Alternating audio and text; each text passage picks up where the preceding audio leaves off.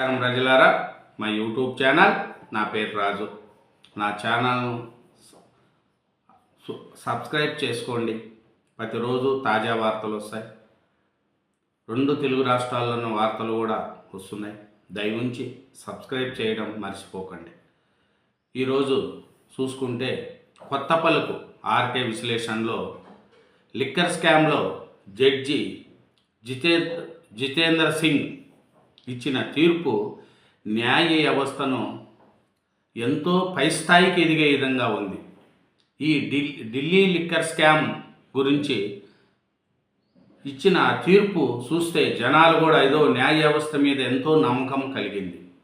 న్యాయ వ్యవస్థ మీద నమ్మకం కలిగి జనాలు అయ్యో ఇలాంటి జడ్జిలు కూడా ఉన్నారా, సంచలన తీర్పు ఇచ్చాడు ఆయన జితేంద్ర సింగ్.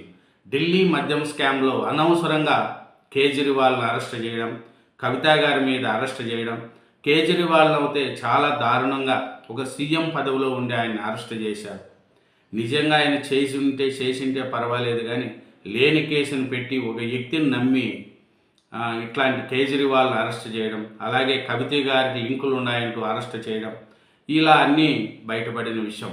ఇట్లాంటి తీర్పులో జడ్జి జితేంద్ర సింగ్ ఆయన సార్ ఇచ్చిన తీర్పు ప్రజలను వద్దో న్యాయ వ్యవస్థలో ఇలాంటి వాళ్ళు కూడా ఉండారా అనేది కూడా ఒక పెద్దపీట వేసి జనాలలో ఒక ఇంప్రెషన్ కలిగింది. న్యాయ వ్యవస్థ మీద గౌరవం, నమ్మకం కలిగింది. దీని మీద కొత్త పలుకు ఆర్కే విశ్లేషణలో కొన్ని చూద్దాం. ముందుగా చూసుకుంటే ఢిల్లీ లిక్కర్ కేసులో జడ్జి జితేంద్ర సింగ్ ఇచ్చిన తీర్పు న్యాయ వ్యవస్థ గౌరవాన్ని ఇముడింపు చేస్తుంది.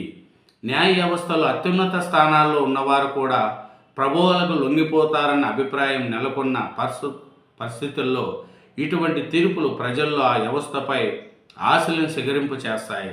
దర్యాప్తు సమస్యలకు ఇలాంటి తీర్పులు చెంపపెట్టులా ఉంటాయి. ఏ ప్రభువులకు లొంగకుండా తన తీరు ద్వారా న్యాయ వ్యవస్థ గౌరవాన్ని విముడింపజేసిన జితేంద్ర సింగ్ను అభినందించాల్సిందే. ఎందుకంటే ఇట్లాంటి న్యాయ వ్యవస్థలో ఇలాంటి మనుషులు కూడా ఉన్నారు అని ఇంకో తడవ న్యాయ వ్యవస్థ మీద గౌరవాన్ని పెంచారు జడ్జి జితేంద్ర సింగ్ గారు. ఈ కేసులో సిబిఐ అడ్డగోలుగా వ్యవహరించిందని స్పష్టమైంది.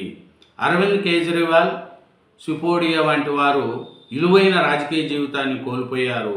అవినీతి పరులుగా వారిపై ముద్ర పడింది. అందుకే నిర్భరంగా కనిపించే కేజ్రీవాల్ పిలిపించారు. ఆయన అనుభవించిన మానసిక శోభ ఏ స్థాయిలో ఉన్నదో అర్థం చేసుకోవచ్చు.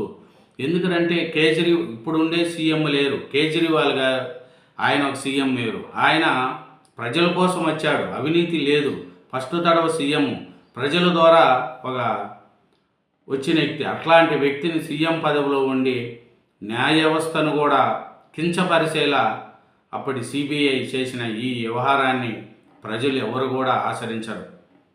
న్యాయమూర్తి నిబంధనతో నిక్కసిక్కుగా వ్యవహరించిన ఈ పక్షంలో దర్యాప్తు సమస్యలు ఎన్ని దురాఘాతాలైనా పాల్పడవచ్చునని ఢిల్లీ లిక్కర్ కేసులో రుజువైంది.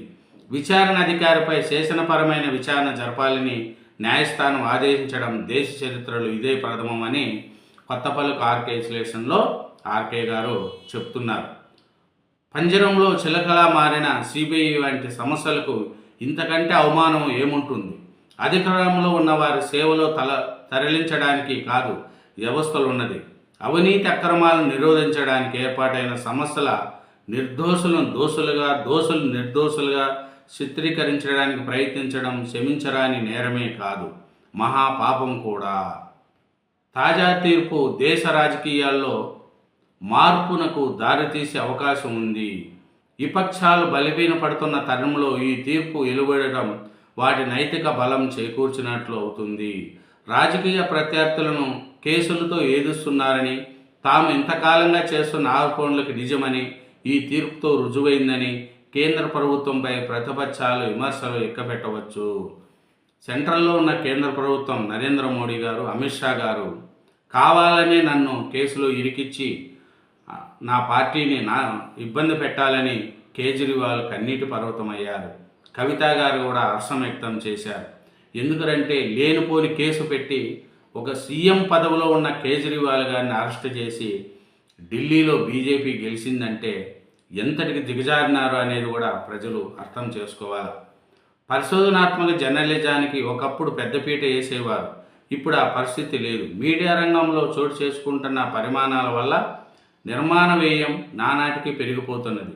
ఫలితంగా అధికార వ్యవస్థలను ఎదిగించి నిలబడలేని స్థితికి మీడియా సమస్యలు చేరుకున్నాయి.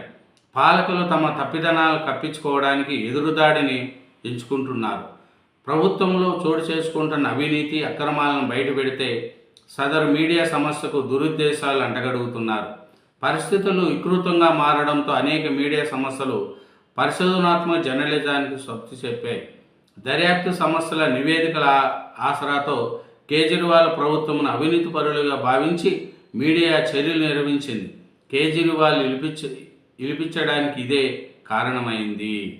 కేజ్రీవాల్ ఢిల్లీలో ఓడిపోవడానికి కూడా ఈ ఢిల్లీ లిక్కర్ స్కామ్ కేసేసి సీఎం పదవిలో ఉండి ఆయన అరెస్ట్ చేసి అవినీతి పరుడైన ముద్దడేయడం కూడా కేజ్రీవాల్కు చాలా అయింది. కానీ ఇప్పుడు కేజ్రీవాల్కు క్లీన్ చిట్ రావడంతో కేజ్రీవాల్కు తిరుగులేదు.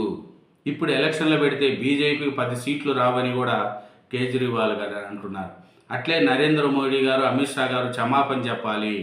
అవినీతి కేసు లేని నా మీద నన్ను వేసి నా పార్టీని ఇబ్బంది పెట్టి నా పార్టీ నష్టపోవడానికి కారణం కూడా అమిత్ షా, నరేంద్ర మోడీ. కాబట్టి వాళ్ళిద్దరూ క్షమాపణ చెప్పాలి. అత్యుత్సాహం చూపించిన సిబిఐకి ప్రజలు అసంచుకునే స్థితికి వచ్చారు. న్యాయ వ్యవస్థ గెలిచింది.